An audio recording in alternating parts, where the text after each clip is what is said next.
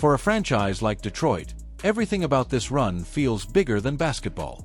This is an organization that has spent years being laughed at, mocked for its record, and dismissed as a permanent rebuilding project. 2 seasons ago, people were talking about the Pistons as one of the worst teams in professional sports history, not just in the NBA.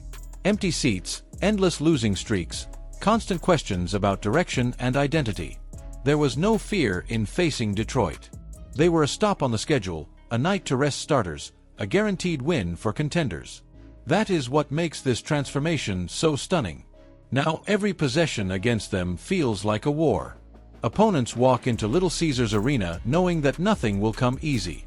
Every drive will be contested, every pass will be pressured, every cut will be tracked by someone long, physical, and relentless. The Pistons have gone from a free space on the calendar to a team that takes your confidence and grinds it down over 48 minutes. What separates this group from so many previous failed rebuilds is that the identity is real. It is not a marketing slogan or a motivational phrase hanging in the practice facility. It lives in every rotation, every closeout, every help step by Duren, every chase down by Thompson, every dig by Jenkins from the nail. When the offense stalls, the defense keeps them alive. When shots are not falling, turnovers and transition chances give them life. That is how sustainable teams are built. They do not depend on hot shooting to win. They depend on habits. Detroit now has those habits. You can see it when they blow up a set in the middle of an opponent's second quarter, when they turn a careless pass into an easy dunk, when a team thinks it is about to get a layup and suddenly a long arm appears out of nowhere to send the ball the other way. It looks chaotic in real time. On film, it looks like something else entirely. It looks like design. The offensive side of the ball, while still a work in progress, now has a backbone strong enough to withstand playoff pressure. That is the difference between a fun regular season story and a genuine threat. Cade Cunningham handling the ball at the top of the floor in crunch time gives Detroit something priceless. A closer. Someone who can slow the game down, dictate pace, hunt matchups, and manufacture a shot even when everything breaks down.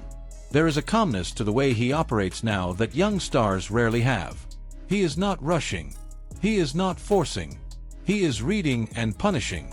Teams send help and he finds shooters. They stay home and he gets to his spots. Even with the three-point shot refusing to cooperate early in the year, he has found ways to bend defenses with pace changes, angles, and touch in the mid-range.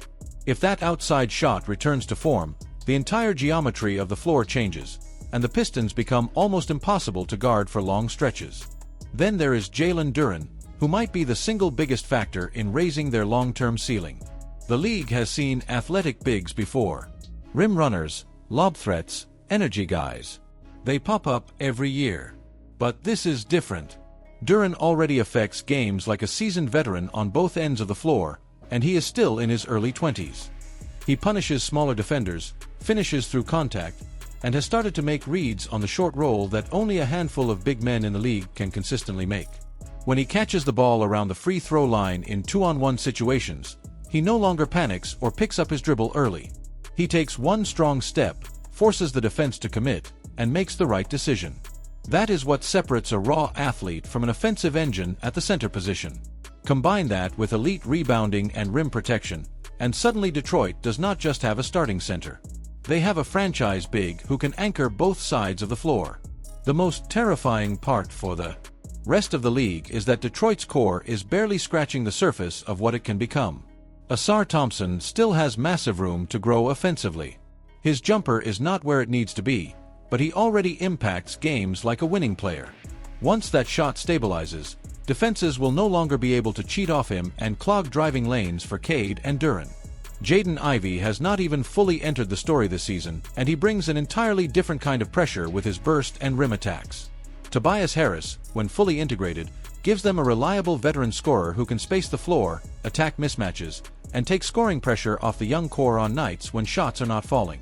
Isaiah Stewart adds yet another layer of physicality and versatility in the front court.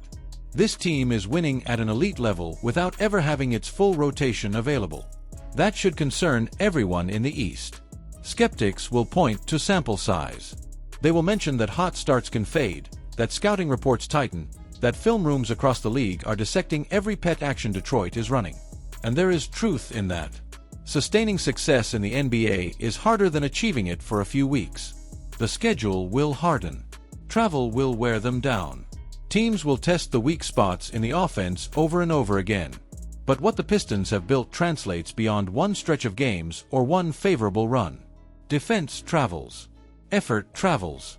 Size, length, and physicality travel. Those elements tend to hold steady, even on nights when the shots are not falling. That is why contenders always build from the defensive end first. Detroit has already done that part. The bigger question is how quickly the offense can catch up, particularly in the postseason environment where everything becomes narrower and more calculated. The half-court possessions against playoff defenses will demand more creativity, more counters, and more spacing. Cade will need the three-pointer to at least command respect. Duren will need to maintain his efficiency against scouting reports designed specifically to take away his preferred angles. The role players will have to prove that their breakout seasons are not just regular season noise, but something that can hold up under bright lights and 7-game series adjustments. Those are fair questions, but they are the sorts of questions you ask about teams that matter. 2 years ago, nobody was asking whether Detroit could punch their way through the East. They were asking whether they would ever matter again at all. The larger story here is about how quickly a franchise can rewrite its future when the right pieces fall into place and the organization commits to an identity. The Pistons did not chase shortcuts. They did not try to skip steps by overpaying aging stars or forcing a timeline that did not fit their roster. They suffered through the losing. They took the criticism. They kept drafting, developing, and searching for the right mix. Now, with an MVP-level lead guard, an all-star caliber big, and a defensive culture that suffocates opponents, they are finally seeing the payoff. This is what a rebuild is supposed to look like when it works.